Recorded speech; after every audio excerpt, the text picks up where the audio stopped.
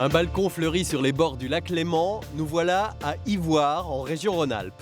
Ce village médiéval, construit en 1306, pourrait bien vous faire chavirer.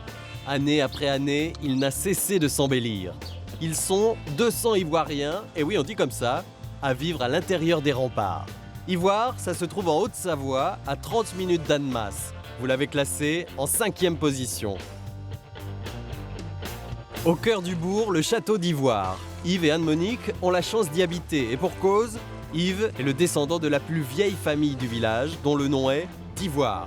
Yves et Anne-Monique connaissent tout sur ce village fortifié. Ivoire, c'est avant tout une histoire d'eau. Vous savez, Ivoire vient du latin aquaria autrefois. Aquaria, aquaire, evoer et ivoire, c'est-à-dire là où il y a de l'eau. Hein, c'est aquatique. Un évian. Évian d'ailleurs veut dire la même chose qu'Ivoire. Hein. Évian, évier. Un évier. Voilà, donc c'est la même origine. Quittons la porte de Thonon et les remparts pour l'église Saint-Pancrace. En levant les yeux, vous verrez son clocher à bulbe. Le sommet et le coq sont recouverts d'or. En bas de l'église, la place du thé.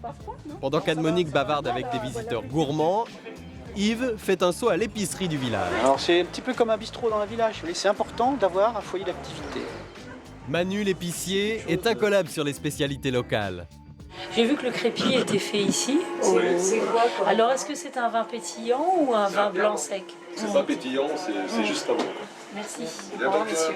Les gens qui viennent ici, c'est pas pour amener une marmotte en peluche, quoi. Je veux dire, c'est vraiment les produits locaux, quoi. À manger, à consommer. Les visiteurs aiment ramener dans leur bagage le saucisson de Savoie au sanglier et l'abondance, le fromage du coin. À Ivoire, vous pourrez aussi regarder le travail des artisans locaux. Il y en a une vingtaine, dont le dernier vannier de Haute-Savoie, plutôt agile.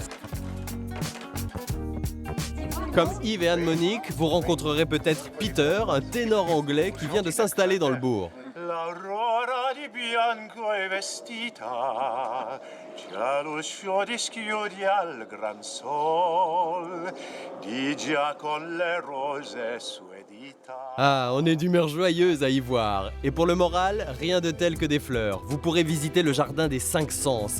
Et devinez qui vous y accueillera, Anne-Monique et Yves, accompagnés de leur équipe de jardiniers. Bonjour Mathieu, tout va bien? Tout va bien, bah écoutez, l'ouverture va être proche. Le couple a créé ce jardin il y a 25 ans. Certaines personnes auraient voulu qu'on fasse un parking. Et en fait, avec ma femme, on a eu l'idée de transformer ce jardin pour en faire un jardin ouvert au public. Pas de parking donc, mais 1300 espèces de plantes. Vous pourrez goûter certaines fleurs, sentir des variétés aux odeurs surprenantes, soda, chewing-gum. Et on a même le droit de caresser les plantes. Bon, elle est un petit peu mouillée là, mais sinon c'est comme un loulou. Tu vois?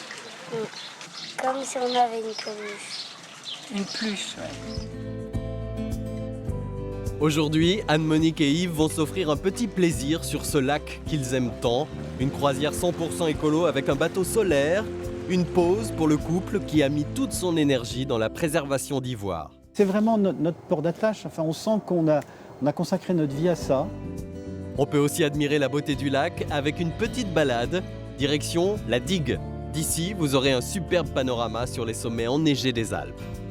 La marche, ça creuse. Anne-Monique et Yves ont rendez-vous avec des amis dans un restaurant du port à la vue imprenable sur le lac et le Jura. Avec les montagnes derrière, quelque part c'est un peu la mer à la montagne, avec un village au milieu, donc il est planté entre les deux. Au menu, des fritures de filets de perche du lac Léman servies avec une petite sauce crème citron. C'est sûr, on n'est pas malheureux à Ivoire. Ouais, merci. À la santé d'Ivoire. Hein. À la santé d'Ivoire.